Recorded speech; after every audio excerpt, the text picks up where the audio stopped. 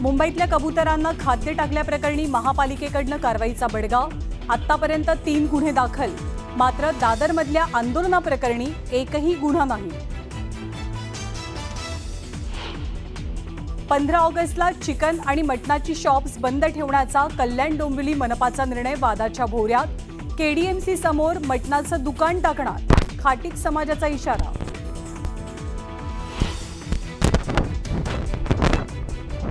मंत्र्यांवरती आरोप झाले की आम्ही राजीनामे घ्यायचो, फडणवीस फक्त समज देऊन सोडतायत. तुमच्यावर कुणाचा दबाव हे सांगा.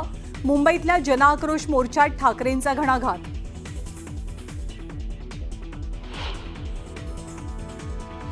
माझी कॉफी मी ओरिजिनल आहे, त्यामुळे माझी कॉफी करणं हे उबाटाच्या बापाला जमणार नाही. शिवसेना उबाटाच्या आंदोलनावर टीका करताना संजय गायकवाड यांची जीभ घसरली.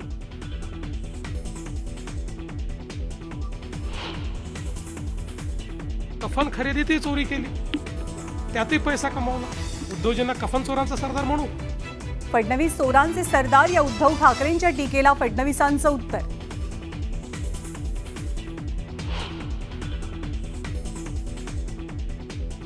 निवडणूक आयोगाविरोधात इंडिया आघाडीचा मोर्चा. 300 खासदारांचा मोर्चा पोलिसांनी अडवल्यानं विरोधक आक्रमक. निवडणूक आयोग घाबरल्याची राहुल गांधींची टीका.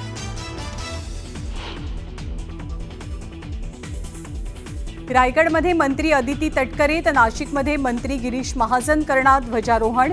15 ऑगस्टच्या ध्वजारोहणासाठी सरकारचं परिपत्रक जाहीर.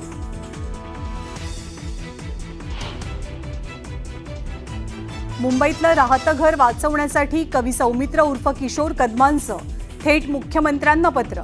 बिल्डर आणि पीएमसीच्या संगनमतानं फसवणूक झाल्याचा आरोप.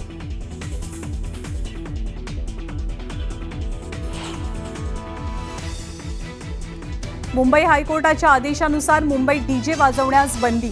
गणेशोत्सवाच्या काळात डीजे वाजवल्यास पोलीस करणार कारवाई.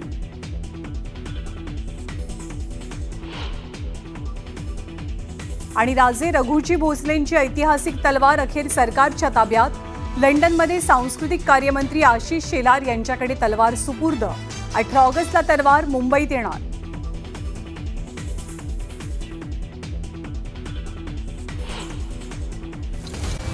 मुंबईतील कबूतरखान्यांवरच्या बंदीवरनं जैन धर्मीय आक्रमक झालेले असताना आता सुप्रीम कोर्टाने या सगळ्या संदर्भात एक महत्त्वाचा निकाल दिलाय.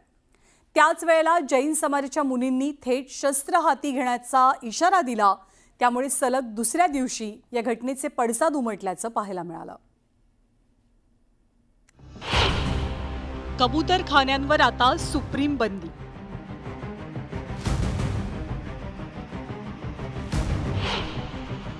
सुप्रीम कोर्टाचा हस्तक्षेपास नकार.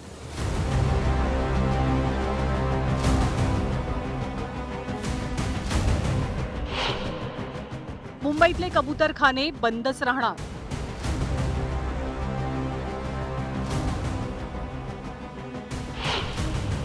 जैन मुनींच्या प्रक्षोभक विधानाचा वाद.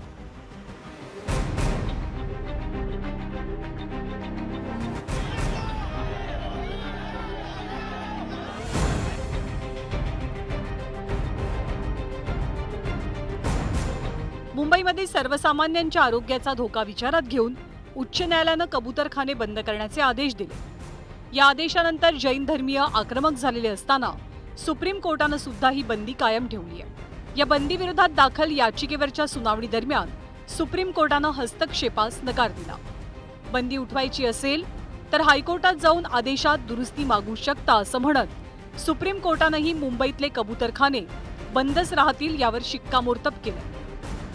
जे कोर्टाचे आदेश असतील त्याचं पालन आम्ही करू आणि आम्ही असाही प्रयत्न करू की आता काही लोकांच्या भावना याच्यात जुळलेल्या आहेत. तर मुंबईमधला जो निर्मनुष्य एरिया आहे, संजय गांधी नॅशनल पार्क असेल किंवा अशा भागामध्ये कुठे जर अशा प्रकारे फिडिंगची व्यवस्था ही फॉरेस्टच्या नियमामध्ये बसून करता येत असेल तर त्याचा देखील विचार हा आपल्याला करता येईल. खरं तर जैन धर्मियांकडनं सुरुवातीपासूनच या निर्णयाला विरोध होतोय. गेल्याच आठवड्यात दादरच्या कबूतरखाना परिसरात जैन धर्मियांनी आक्रमक आंदोलन छेडलं, ज्यात हातात चाकू सुऱ्या घेऊन कबूतरखान्यावरचं आच्छादन फाडण्यात आलं. हे कमी म्हणून की काय, आता शांतिप्रिय मानल्या जाणाऱ्या जैन धर्माच्या मुनींनी सुद्धा हाती शस्त्र घेण्याचा इशारा देत कोर्टाच्या आदेशाला केराची टोपली दाखवली। आता हा जो निर्णय आहे कोर्टामध्ये चालू आहे। मी पूर्व 3 तारखेला निर्णय घेतला होता, जर बीएमसी आणि राज्य सरकारने कोर्टने जर निर्णय नाही दिला तर आम्ही इथं अनशन करूया। मी नाही, पुरा सकल जैन समाज। परंतु मी आदेश, कोर्टाचा आदेश आणि पोलीस प्रशासनाचा धन्यवाद देतो की त्यांनी देवेंद्र फडणवीसजी, मंगल प्रभात लोढाजी त्यांनी जो भी आपले जे जैन समाजाने निर्णय दिला आहे की भाई लोकांना दाणा टाकणं चालू झालेला आहे। काय झालंय, आमची इच्छा ही आहे की जितने कबूतर 900 जास्त वर्ध कबूतर मेले आता दुबारा मेले नाही पाहिजे। जैन मुनी निलेश चंद्र विजय यांच्या या विधानावरनं वाद उफाळलाय। मला वाटतं हे कोर्टाच्या अधीन सगळं आहे, त्यामुळे असं जर कोणी बोललं असेल तर हा कोर्टाचा अवमान आहे, त्यांनी घेतलेल्या निर्णयाचा हा अपमान आहे। दुसरं, सन्मान्य मुख्यमंत्र्यांनी जे आवाहन केलं होतं त्याला हरताळ फासण्याचा एक प्रकार हे आहे। आणि त्यांचे जे पालकमंत्री आहेत मुंबईचे, सन्मान्य मंगलप्रभात लोढासाहेब, त्यांनी आता ह्यामध्ये इंटरव्ह्यून करावं की आता कुठल्या टोकापर्यंत तुम्हाला हे सगळे विषय न्यायचे आहेत। परंतु मला वाटतं इथे सुप्रीम कोर्ट, आपल्या हायकोर्ट नावाची एक संस्था आहे, त्यांनी त्यांना मार्गदर्शक तत्त्व दिलेली आहेत, त्यावर त्यांनी भाष्य करावं। या ठिकाणी सत्ताधारी जे आहेत हे गोंधळ निर्माण करतात आहे।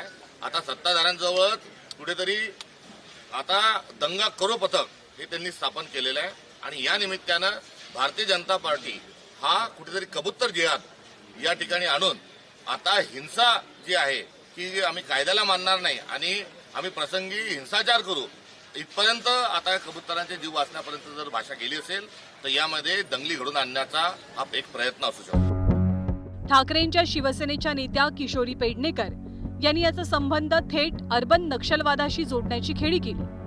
आम्ही आंदोलन केलं तर आम्ही नक्षलवादी, मग हा कोणता नक्षलवाद आहे असा सवाल त्यांनी विरोधकांना विचारला। मुनींचं काम काय असतं, संतांचं काम काय असतं, समाजाला एका दिशा देणं। हे संत दिशाहीन झालेत। ही भाषा आहे संताची, ही त्यांच्या मुनीची भाषा आहे।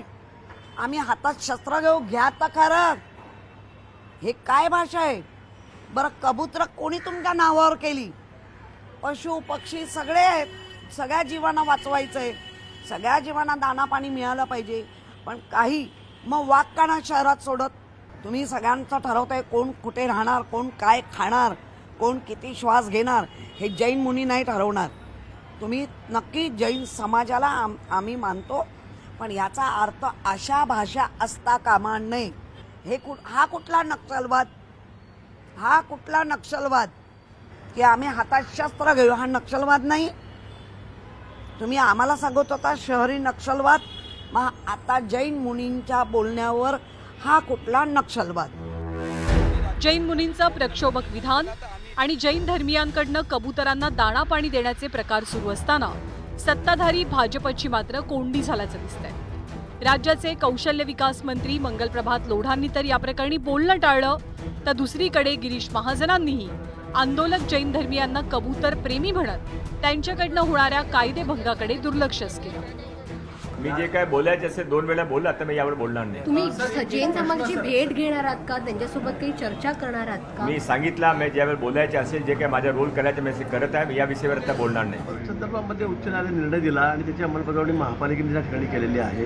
पण तरी काही कबूतरप्रेमी जे आहेत, पक्षीप्रेमी जे आहेत, त्यांचं म्हणणं होतं की नाही आम्ही त्याला किशोर परवा खूप मोठा गोंधळ झालेला, मी बघितला उत्तराखंडातून त्या ठिकाणी बघितलेला आहे। पण तरी दुसऱ्या दिवशी परवा पुन्हा सुप्रीम कोर्टाने त्याच्यावर बॅन केलेलं आहे। मला वाटतं सरकार या बाबतीमध्ये तसं काही आमचं काही आग्रह इतका नाही आहे, पण त्यांची व्यवस्था दुसरीकडे करावी या बाबतीमध्ये सरकार प्रयत्न करत आहे ना। आधी हायकोर्ट आणि आता सुप्रीम कोर्टानंही कबूतरखान्यांवरची बंदी कायम ठेवली आहे। भूतदया आणि पुण्य मिळवण्याच्या नावाखाली सर्वसामान्यांच्या आरोग्याला बाधा पोहोचवणं योग्य नाही। त्यामुळे आता तरी धर्माच्या आडून सुरू असलेली ही कायद्याची पायमल्ली थांबेल अशी अपेक्षा आहे।